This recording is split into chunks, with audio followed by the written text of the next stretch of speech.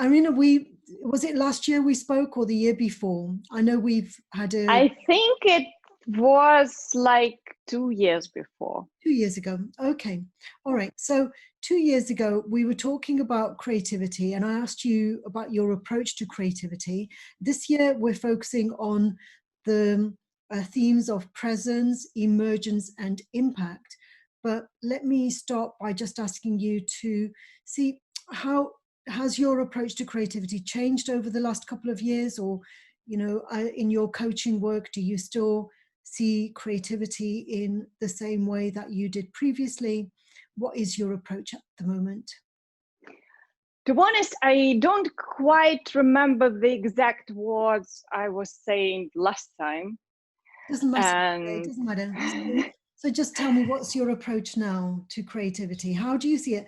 The reason I ask, like, I'll give you some examples of the kinds of things that we were talking a couple of years ago. Some people were saying, well, creativity has to be both original and it also has to be valuable. And other people were saying, well, no, creativity doesn't have to be valuable. It just needs to be original. Some people were saying everyone's creative, and other people were saying, well, no, not everyone's creative, because not everyone can create great works of art that people are willing to buy. Not everyone has ideas that are valuable. So that was the discourse, or that continues to be the discourse around creativity. And I imagine that you would say that each one of us has the potential, at least, to be creative. Is that so? Definitely, yes. That has not changed. Okay. I do believe that we all have the potential to be creative. And in the discussion regarding who is creative, what is creativity, and if we lean on this definition that creativity is something new that at the same time has value, I always start with the question, okay, who defines what is new and what is valuable? Yeah. And based on what criteria? And in this respect, I always like to refer to 4C model. Mm-hmm. And for me, in my work and in my perception of the world, the most important level is the mini C. When who defines what is new and what is valuable is the person itself. I suppose to start off with, it has to be ourselves. Maybe we create something and it gives us great pleasure. Just the act of maybe knitting a jumper, the act of knitting the jumper, even though no one will wear it, might have given us a great deal of pleasure. So it's valuable to us personally, but in order for it to be creative and to sell, somebody else has to be willing to pay a certain amount of money to buy that object, or to hang it up on a wall, or whatever it is. So it starts from the personal, and then it depends on how creative it is, depends on the influence that it has on the external environment. So here starts the tricky thing, because I don't agree that in order for it to be creative, someone needs to give it the value that it's creative. But not always, like if I'm meeting and I'm getting pleasure out of this process, it will be creative for me. Because if I'm doing like this is knitting, I'm doing it for all my life, and I'm always doing the same thing, it will not be novel for me. So it's not creative. I'm not going out of my automatic patterns. Yeah, I'm getting pleasure out of it, but I'm doing what I has always been doing. Yeah, it reminds me of people like Van Gogh. He didn't sell any paintings during his lifetime, even though he poured his heart and soul, his whole essence of creativity onto those canvases, obviously because it gave him some meaning in life to be doing that. And his brother as well appreciated it, but society didn't appreciate his paintings until long after he was dead. And that happens very often, so well, this year let's focus on presence. And so if you believe that everyone is creative, then I'm sure you will probably agree that our presence in an environment can serve as a stimulus, as a catalyst for creativity to occur around us, and to lead to the emergence of new thoughts and new ideas simply because we are present in an environment. And what do we understand by being present? Yes. And some people will say our presence is our energy. Some people will say our presence can be symbolic. We don't even need to be physically present. For example, now I'm not physically present with you, and yet we're having a conversation, even though we are in a virtual environment. But our presence, even though it's, we can't feel each other's energy as such, but even in the virtual environment, it's triggering insights, it's triggering ideas. The conversation is continuing because of our presence. I wouldn't be having this conversation if you were not there. So that's like, we can call it simply being, or it might be just like my being has an impact on the world, or as well as my acts, my words, my thinking, whatever my expression in the outer world might be. I was thinking when I was preparing for our discussion, I was thinking about the topic of impact, and for me it is a very tricky thing, exactly because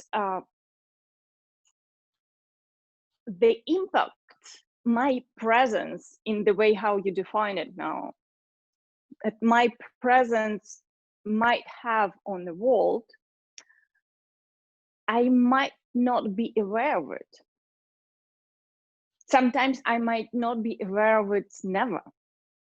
I once read a book which was called something like 5 Persons You Will Meet at Heaven. And the main character of the book dies in the beginning of the book, and then his soul has to relive several situations of his life that had a huge impact on other people. And these situations that he has to relive are not the situations that he would consider the most important in his life, but still they had a very important impact on other people. And for some of these people, he didn't even know that he crossed them. He didn't remember them. He was not aware of this impact. But that doesn't mean that there was no impact.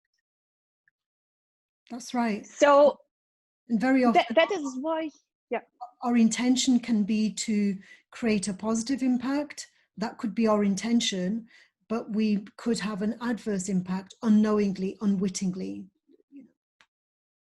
and we're not aware of it. Yes, or simply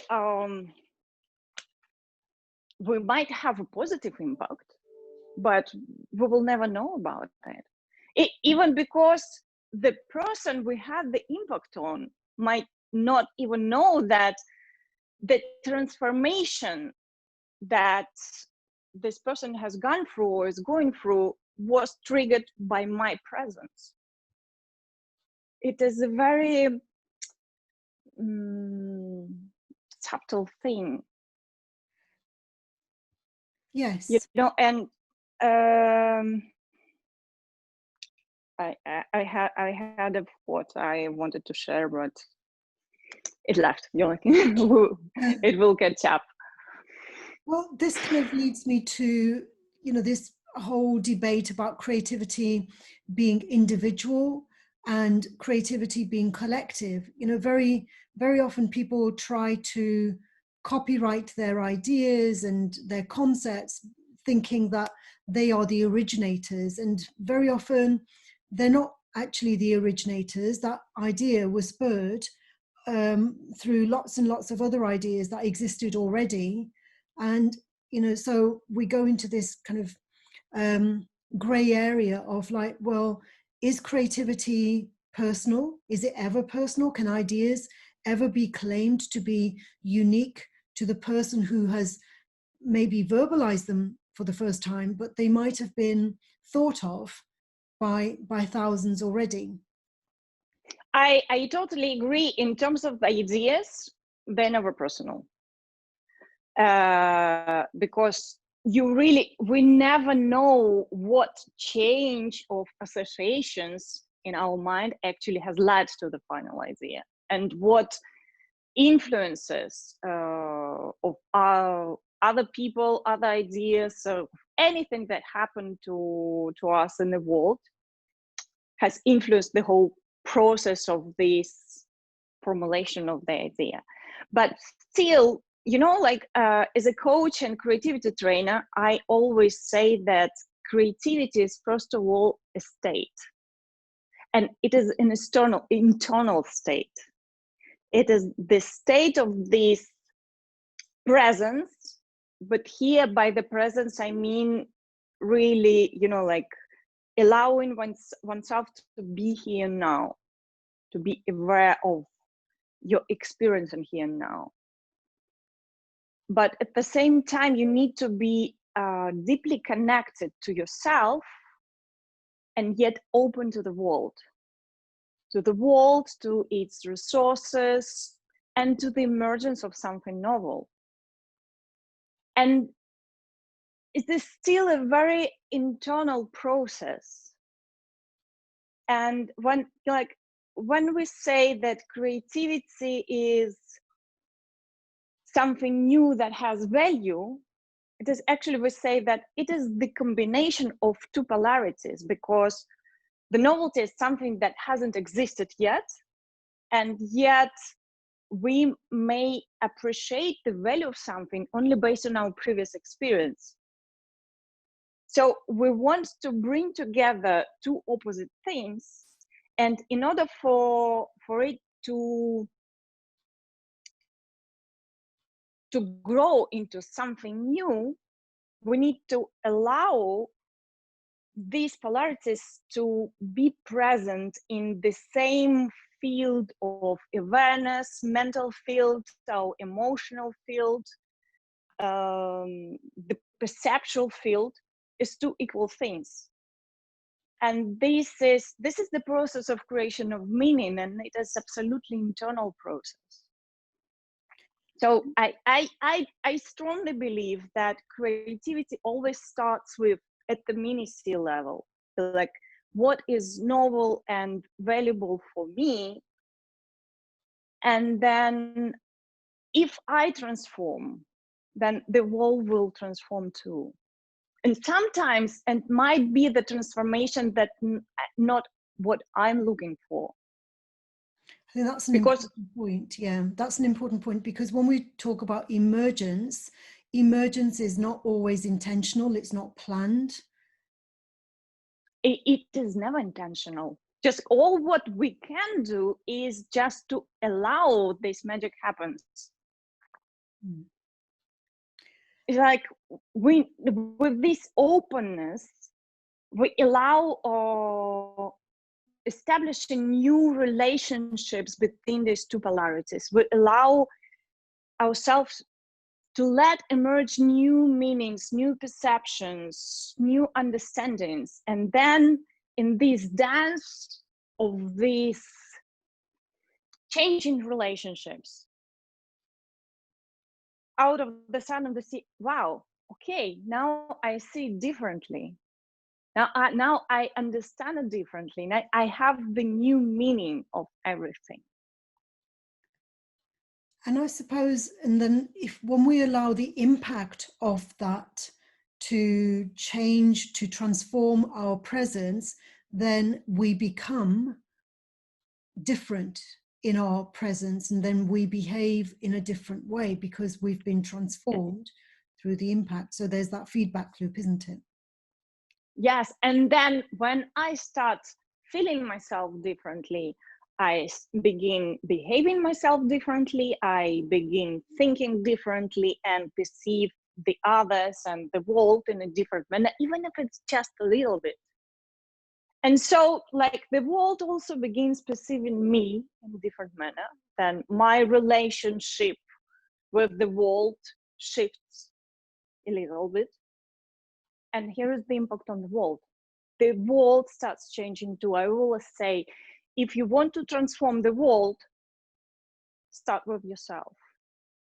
Well, the world is always changing. You know, we can't do anything to stop the world from changing. You know, life happens, and the trees continue to grow. We've seen, especially during this pandemic, that all the things that we thought, oh, nature will not survive, and you know, we just get out of nature's way and it thrives. So life is changing all the time. And some people will, you know, we say, oh, that person makes things happen, and someone else might not have as much skill in making things happen around them. So what do you think the difference is between those who can naturally make things happen and those who struggle with that?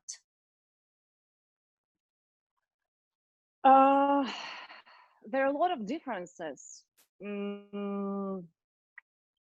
We're different. Every person is different.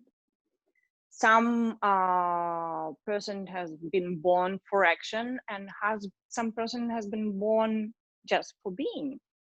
You know, like not everyone can be Steve Jobs. We don't need everyone to be Steve Jobs. And it doesn't mean, like, I'm going back to the beginning of our discussion. If I'm not transforming the world by my actions, in the terms that I'm not starting the revolution, I'm not initiating a great technological invention, etc., it doesn't mean that my being does not transform at least those around me, those people who crossed with me just for a moment, and my presence touched them and initiated some processes, internal processes in them.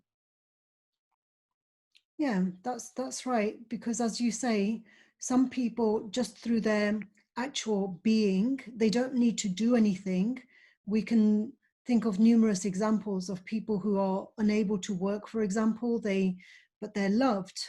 They're loved by their families, and their presence in the family triggers, stimulates, you know, the wholeness of the family, and triggers others to do good things simply through their presence.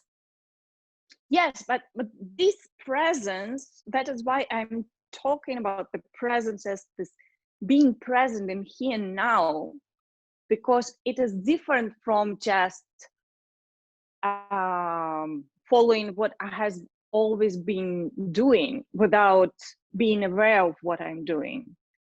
You know, like if I am here and now, then every act, my every movement is actually a creative act, because it emerges out of what is happening here in the field right now. It's not just I'm following my automatic patterns. And I suppose we're, through responding to the emergence of novelty around us, we're creating our futures, aren't we?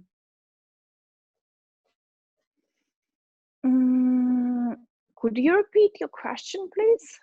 Yeah, so as we respond to this emergence of novelty around us, and through that responsiveness, we are creating our futures. And sometimes people have visions, they know in their mind, they have a very strong imagination, and through their imagination, they know how they want their life to be. And it's like that tapestry, they've painted that picture through their imagination, and they allow that imagination, they allow that to pull them into responding in whatever ways are necessary, without planning, but just responding to the emergence of, like, the opportunities that arise simply because they have imagined that, you know, this future that they want to create. I would say it's quite a complex process. I don't think that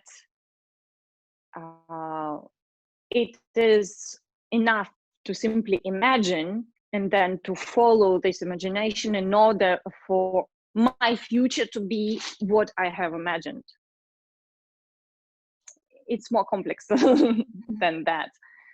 But yes, definitely every act, every of my acts, every minute forms my future.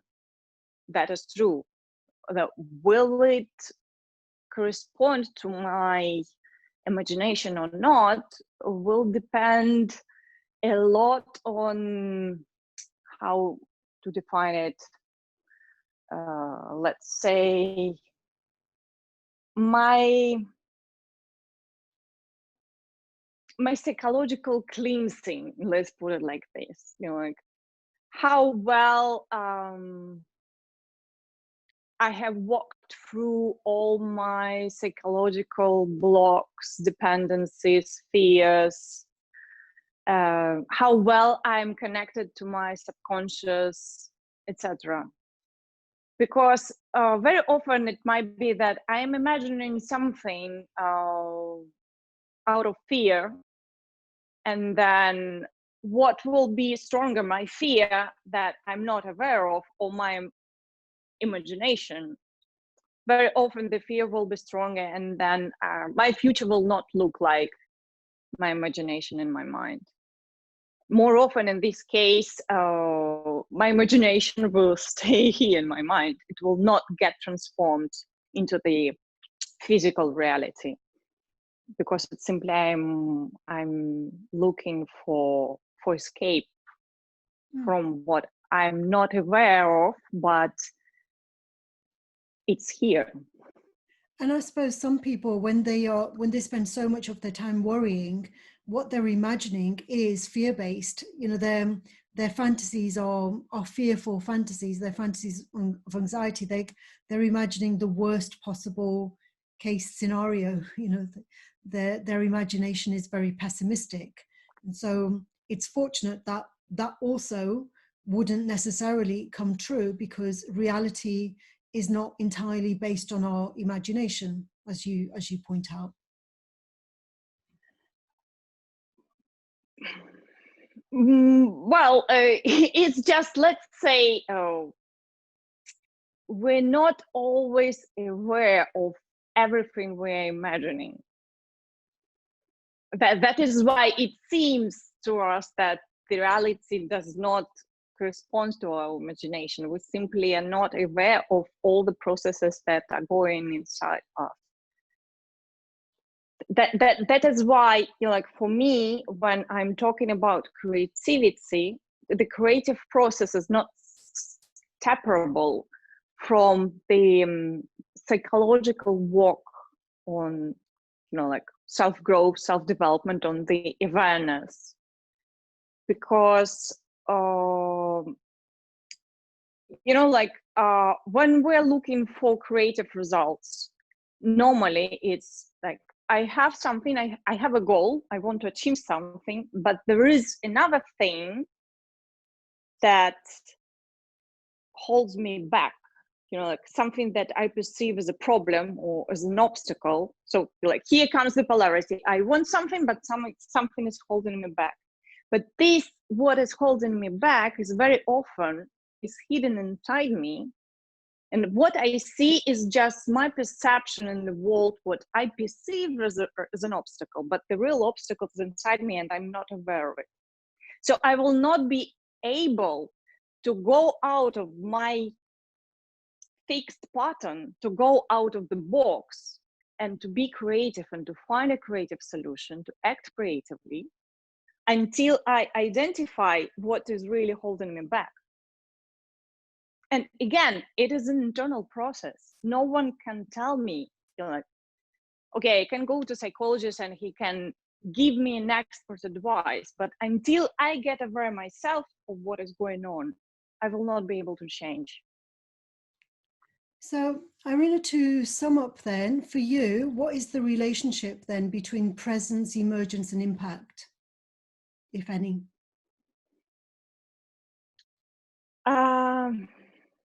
I would say, for me, the presence is the prerequisite, the requirement for a creative process to emerge. And by presence, here I refer to the presence in the here and now.